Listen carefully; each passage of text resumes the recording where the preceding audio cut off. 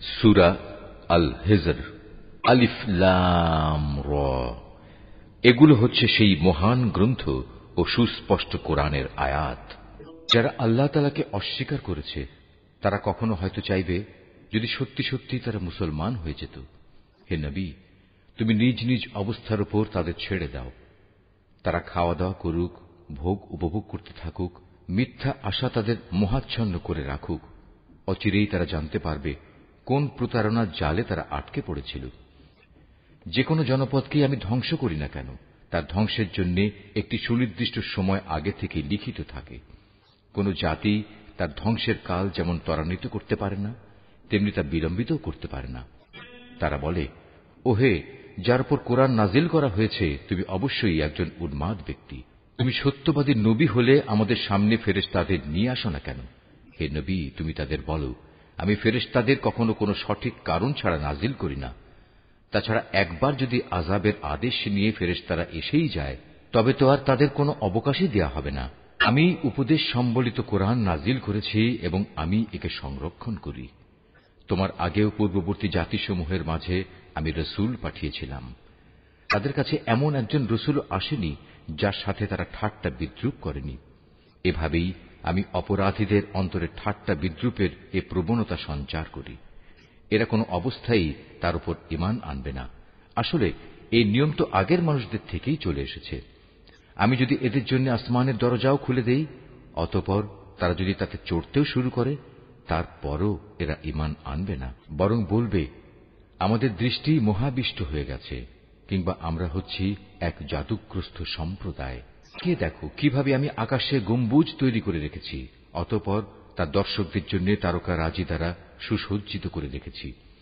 তাকে আমি প্রতিটি অভিশপ্ত শয়তান থেকে হেফাজত করে রেখেছি। হ্যাঁ, যদি কেউ চুরি করে ফেরেশতাদের কোনো কথা শুনতে চায়, তাহলে সাথে সাথেই একটি প্রদীপ্ত উল্কা তার পেছনে ধাওয়া করে। আমি জমিনকে বিস্তৃত করে বিছিয়ে দিয়েছি, ওতে আমি পর্বতমালাকে পেরেকের মতো গেড়ে দিয়েছি, যেন তা নড়াচড়া করতে না পারে, এবং তাতে প্রতিটি জিনিস আমি সুপরিমিতভাবে উৎপাদন করেছি। আমি জীবিকার ব্যবস্থা করেছি তোমাদের জন্য এবং অন্য সব সৃষ্টির জন্য, যাদের কারোই রিজিক দাতা তোমরা নও। কোন জিনিস এমন নেই যার ভাণ্ডার আমার হাতে নেই, কিন্তু তা আমি সুনির্দিষ্ট একটি পরিমাণ ছাড়া সরবরাহ করি না। আমি বৃষ্টিগর্ভ বায়ু প্রেরণ করি, অতঃপর আমি আকাশ থেকে পানি বর্ষণ করি, অতঃপর আমি তোমাদের তা পান করতে দেই। তোমরা নিজেরা তো তার এমন কোন ভাণ্ডার জমা করে রাখোনি যে সেখান থেকে এসব সরবরাহ আসছে। আমি তোমাদের জীবন দান করি, আবার আমি তোমাদের মৃত্যু ঘটাই। সর্বশেষে আমি হব সব কিছুর নিরঙ্কুশ মালিক। তোমাদের আগে যারা এই জমিন থেকে গত হয়ে গেছে তাদের যেমন আমি জানি, তেমনি তোমাদের পরবর্তীদেরও আমি ভালো করে জানি। নিঃসন্দেহে তোমার মালিক একদিন তাদের সবাইকে একত্রিত করবেন। তিনি অবশ্যই প্রবল প্রজ্ঞাময়, সর্বজ্ঞ। অবশ্যই আমি মানুষকে ছাঁচে ঢালা শুকনো ঠনঠনে মাটি থেকে পয়দা করেছি। হ্যাঁ, জিন তাকে আমি আগেই আগুনের উত্তপ্ত শিখা থেকে সৃষ্টি করেছি। স্মরণ করো, যখন আমি ফেরেশতাদের বলেছিলাম আমি অচিরেই ছাঁচে ঢালা ঠনঠনে শুকনো মাটি থেকে মানুষ পয়দা করতে যাচ্ছি, অতঃপর যখন আমি তাকে পুরোপুরি সুঠাম করে নেব এবং আমার রূহ থেকে কিছু তাতে ফুঁকে দেব, তখন তোমরা সবাই তার সামনে সেজদা অবনত হয়ে যাবে। অতঃপর আল্লাহর আদেশে ফেরেশতারা সবাই সেজদা করল, একমাত্র ইবলিস ছাড়া। সে সেজদাকারীদের দলভুক্ত হতে অস্বীকার করল। তারা বললেন, তোমার কি হলো, তুমি যে সেজদাকারীদের দলে শামিল হলে না? সে বলল, হে আল্লাহ, আমি কখনো এমন মানুষের জন্য সেজদা করতে পারি না যাকে তুমি ছাঁচে ঢালা শুকনো ঠনঠনে মাটি থেকে বানিয়েছ। আল্লাহ তাআলা বললেন, তাই যদি বলো তাহলে তুমি এক্ষুনি এখান থেকে বেরিয়ে যাও, কেননা আজ থেকে তুমি অভিশপ্ত। হিসাব নিকাশের দিন পর্যন্ত তোমার উপর অভিশাপ। সে বলল, হে মালিক, তাহলে তুমিও আমাকে সেদিন পর্যন্ত অবকাশ দাও যেদিন সবাইকে পুনরায় জীবিত করা হবে। আল্লাহ তাআলা বললেন, হ্যাঁ, যাও। যাদের এ অবকাশ দেয়া হয়েছে তুমিও তাদের অন্তর্ভুক্ত হলে। এ অবকাশ সুনির্দিষ্ট সময় আসার দিন পর্যন্ত। সে বলল, হে আমার মালিক, তুমি যেভাবে আজ আমাকে পথভ্রষ্ট করে দিলে, আমিও তোমার শপথ করে বলছি, আমি মানুষদের জন্য পৃথিবীতে তাদের গুনার কাজসমূহ শোভন করে তুলব এবং তাদের সবাইকে আমি পথভ্রষ্ট করে ছাড়ব। তবে তাদের মধ্যে যারা তোমার খাঁটি বান্দা তাদের কথা আলাদা। আল্লাহ তাআলা বললেন, পরীক্ষা নিরীক্ষার মাধ্যমে এটাই আমার কাছ পর্যন্ত পৌঁছানোর সহজ সরল পথ। হ্যাঁ, এ গোমরা মানুষদের মধ্যে যারা তোমার অনুসরণ করবে তারা ছাড়া আমার যারা খাঁটি বান্দা তাদের উপর তোমার কোনো আধিপত্য চলবে না। আর অবশ্যই জাহান্নাম হচ্ছে তাদের সবার প্রতিশ্রুত আশ্রয়। তাতে থাকবে 7টি বিশালকায় দরজা।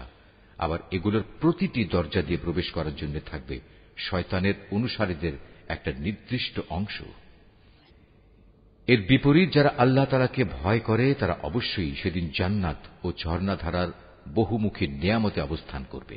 এই বলে তাদের অভিবাদন জানানো হবে, তোমরা শান্তি ও নিরাপত্তার সাথে সেখানে প্রবেশ করো।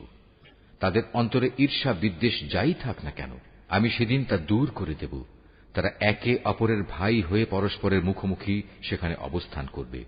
সেখানে তাদের কোন রকম অবসাদ পর্যন্ত স্পর্শ করবে না, আর তারা সেখান থেকে কোনো দিন বহিষ্কৃতও হবে না। হে নবী, তুমি আমার বান্দাদের কথা বলে দাও, আমি যেমন ক্ষমাশীল পরম দয়ালু, তেমনি আমার আযাবও হচ্ছে অত্যন্ত কঠোর। হে নবী, তুমি তাদের ইব্রাহিমের মেহমানদের কাহিনী শোনাও। যখন তারা তার কাছে হাজির হয়ে বলল, তোমার উপর সালাম, তখন সে তাদের ভাবভঙ্গি দেখে বলল, আমরা অবশ্যই তোমাদের ব্যাপারে শঙ্কিত। ওরা বলল, না, তুমি আশঙ্কা করো না, আমরা তোমাকে এক জ্ঞানবান সন্তানের সুসংবাদ দিচ্ছি। সে বলল, তোমরা আমাকে সন্তানের সুসংবাদ দিচ্ছ, অথচ বার্ধক্যজনিত অবস্থা আমাকে স্পর্শ করে ফেলেছে। অতঃপর এ অবস্থায় তোমরা আমাকে কিসের সুসংবাদ শোনাচ্ছ? তারা বলল, হ্যাঁ, আমরা তোমাকে সঠিক সুসংবাদই দিচ্ছি। অতএব তুমি হতাশাগ্রস্তদের দলভুক্ত হও না। সে বলল, গোমরা ব্যক্তি ছাড়া আল্লাহর রহমত থেকে কে নিরাশ হতে পারে? হে আল্লাহর পাঠানো ফেরেশতারা, বলো, আমাকে এ সুসংবাদ দেয়া ছাড়া তোমাদের সামনে আর কি অভিযান রয়েছে? তারা বলল, হ্যাঁ, আমাদের এক নাফরমান জাতির বিরুদ্ধে অভিযানে পাঠানো হয়েছে, যারা অচিরেই বিনাশ হয়ে যাবে। ওই লূতের আপনজনরা বাদে আমরা সবাই আযাবের সময় তাদের সবাইকে উদ্ধার করব, কিন্তু তার স্ত্রীকে নয়। আল্লাহ তাআলা তার ব্যাপারে বলেন, আমি এই সিদ্ধান্ত নিয়েছি, সে আযাবের সময় পশ্চাৎবর্তী দলভুক্ত হয়ে থাকবে। যখন সে ফেরেশতারা লূতের পরিবার পরিজনদের কাছে এসে হাজির হল, তখন লূত বলল, আপনারা তো দেখছি অপরিচিত ধরনের লোক। তারা বলল, না, আসলে তা নয়, আমরা তাদের কাছে সে আযাবের বিষয়টা নিয়ে এসেছি যার ব্যাপারে তারা ছিল সন্দিগ্ধ। আমরা তোমার কাছে সত্য সংবাদ নিয়ে এসেছি এবং আমরা হচ্ছি সত্যবাদী। সুতরাং তুমি রাতের কিছু অংশ থাকতে তোমার লোকজন সহ এ জনপদ থেকে বেরিয়ে পড়ো এবং তুমি নিজে তাদের পেছনে পেছনে চলতে থাকো। সাবধান, তোমাদের মধ্যে কেউ যেন পেছনে ফিরে না তাকায়। ঠিক যেদিকে যাওয়ার জন্য তোমাদের আদেশ করা হবে সেদিকেই চলতে থাকবে। ইতিমধ্যে আমি তার কাছে এ ফয়সালা পাঠিয়ে দিয়েছি যে এ জনপদের মানুষগুলোকে ভোর হতেই মূলোৎপাটিত করে দেয়া হবে। ইতিমধ্যে নগরের অধিবাসীরা উল্লসিত হয়ে লূতের কাছে এসে হাজির হল। এদের আসতে দেখে সে বলল, হে আমার দেশবাসী, এরা হচ্ছে আমার মেহমান। এদের সাথে অশালীন আচরণ করে তোমরা আমাকে অপমান করো না। তোমরা আল্লাহ তাআলাকে ভয় করো এবং আমাকে এদের সামনে হেয় করো না। তারা বলল, আমরা কি তোমাকে দুনিয়া জোড়া মানুষের মেহমানদারি করা থেকে নিষেধ করিনি? এদের উক্তি শুনে সে বলল, একান্তই যদি তোমরা কিছু কামনা বাসনা চরিতার্থ করতে চাও, তবে এখানে আমার জাতির মেয়েরা রয়েছে। হে নবী, তোমার জীবনে শপথ করে বলছি, সেদিন এরা নিদারুণ এক নেশায় বিভোর হয়ে পড়েছিল। আল্লাহর গজবের কোনো কথাই এরা বিশ্বাস করল না। অতঃপর সূর্যোদয়ের সাথে সাথেই এক মহান আদেশে তাদের উপর আঘাত হানল। তারপর আমি নগরগুলো উল্টিয়ে দিলাম এবং ওদের ওপর পাকানো মাটির পাথরের বৃষ্টি বর্ষণ করলাম।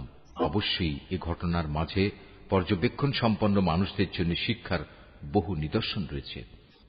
ধ্বংসস্তূপের নিদর্শন হিসেবে তা আজও রাস্তার পাশে দাঁড়িয়ে আছে। অবশ্যই এর মাঝে ঈমানদারদের জন্য আল্লাহর নিদর্শন মজুদ রয়েছে। লূতের জাতির মতো আইকার অধিবাসীরাও জালেম ছিল। অতঃপর আমি তাদের কাছ থেকেও তাদের নাফরমানির প্রতিশোধ নিয়েছি। আর আজ এ উভয় জনপদই আযাবের চিহ্ন বহন করে প্রকাশ্যে রাস্তার পাশে দাঁড়িয়ে আছে। একইভাবে হেজরবাসীরাও নবীদের অস্বীকার করেছিল। আমি আমার নিদর্শনসমূহ তাদের কাছে প্রেরণ করেছিলাম, এতৎসত্ত্বেও তারা তা থেকে মুখ ফিরিয়ে নিয়েছিল। তারা পাহাড় কেটে কেটে নিজেদের জন্য ঘর বানাতো এ আশায় যে তারা সেখানে নিশ্চিন্তে জীবন কাটাতে পারবে। অতঃপর নাফরমানির জন্য একদিন প্রত্যুষে তাদের উপর মহানাদেশে আঘাত হানল। সুতরাং তারা জীবনভর যা কিছু কামাই করেছে আল্লাহর গজবের সামনে তা কোনোই কাজে আসেনি। জেনে রেখো, আকাশমালা, জমিন এবং এ দুইয়ের মাঝখানে যা কিছু আছে তার কোনোটাই আমি অযথা পয়দা করিনি। অবশ্যই সব কিছু শেষে একদিন কিয়ামত আসবে এবং এ সৃষ্টিলীলা ধ্বংস হয়ে যাবে। অতএব হে নবী, তুমি পরম ঔদাসীন্যের সাথে ওদের উপেক্ষা করো। নিশ্চয়ই তোমার মালিক হচ্ছেন এক মহাস্রষ্টা, মহাজ্ঞানী। অবশ্যই আমি তোমাকে 7 আয়াত বিশিষ্ট একটি সূরা দিয়েছি, যা নামাজের ভেতর ও বাইরে বারবার পঠিত হয়। আরো দিয়েছি জীবনের বিধান হিসেবে মহান গ্রন্থ কোরআন।